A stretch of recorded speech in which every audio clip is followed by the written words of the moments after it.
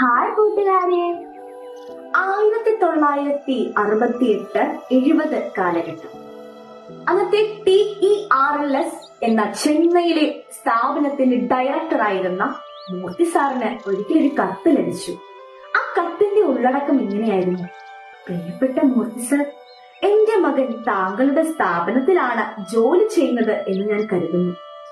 അവൻ അവിടെ ജീവനോടെ ഉണ്ടോ അതോ അവൻ മരിച്ചുപോയോ എന്ന വിവരം താങ്കൾ എന്നെ അറിയിക്കണം. കാരണം മുമ്പ് ഞാൻ ഒരുപാട് കത്തുകൾ അയച്ചിരുന്നു, പക്ഷെ അതിനൊന്നും അവൻ മറുപടി തന്നില്ല. അതുകൊണ്ടാണ് ഞാൻ താങ്കൾക്ക് തന്നെ ഈ ഒരു കത്ത് അയച്ചത്. താങ്കൾക്ക് ഈ കത്ത് ലഭിക്കുകയാണെങ്കിൽ എത്രയും പെട്ടെന്ന് ഇതിനുള്ളൊരു മറുപടി തരണമേ എന്ന് സ്നേഹത്തോടെ AP ജൈനുലബ്ദീൻ മരക്കാർ, രാമേശ്വരം. ഈ കത്ത് വായിച്ചു കഴിഞ്ഞപ്പോൾ മൂർത്തി സാറിന്റെ മനസ്സിൽ വല്ലാത്തൊരു നീറ്റലുണ്ടായി. അദ്ദേഹം പെട്ടെന്ന് തന്നെ ആ മകനെ അടുത്ത് വിളിപ്പിച്ചിട്ട് ആ കത്ത് ആ മകന്റെ കയ്യിൽ കൊടുത്തു. ആ മകൻ അത് നോക്കി ഒരു ചെറു പുഞ്ചിരിയോടെ അത് മടക്കി തന്റെ പോക്കറ്റിലേക്കിട്ട് തന്റെ ജോലിയിൽ വീണ്ടും വ്യാപൃതനായി. മൂർത്തി സാർ ആ മകനോട് വേഗം നാട്ടിലേക്ക് പോകുവാൻ പറഞ്ഞെങ്കിലും തന്റെ ജോലി പൂർത്തിയാക്കിയിട്ടായിരുന്നു ആ മകൻ നാട്ടിലേക്ക് പോയത്. കൂട്ടുകാരെ, ഈ മകൻ ആരാണെന്ന് നിങ്ങൾക്കറിയണ്ടേ?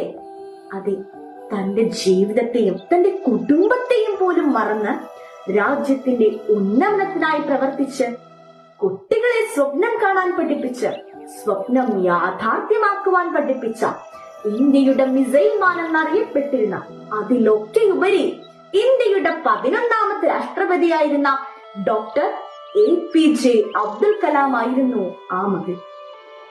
യുവതലമുറയെയും കുട്ടികളെയും വിദ്യാഭ്യാസത്തിലൂടെ സ്വപ്നങ്ങൾ നെയ്തെടുക്കുവാൻ പ്രചോദനവും പ്രോത്സാഹനവും നൽകിയ ഒരു മികച്ച ഭരണാധികാരി.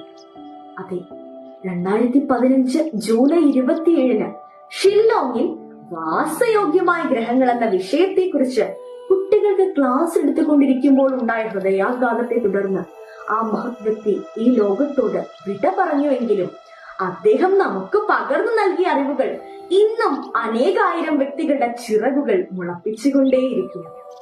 ആ മഹാപ്രതിഭയുടെ സ്മരണയ്ക്ക് മുമ്പിൽ ഞാൻ എന്റെ ശിരസ് നമിക്കുന്നു. നന്ദി, നമസ്കാരം.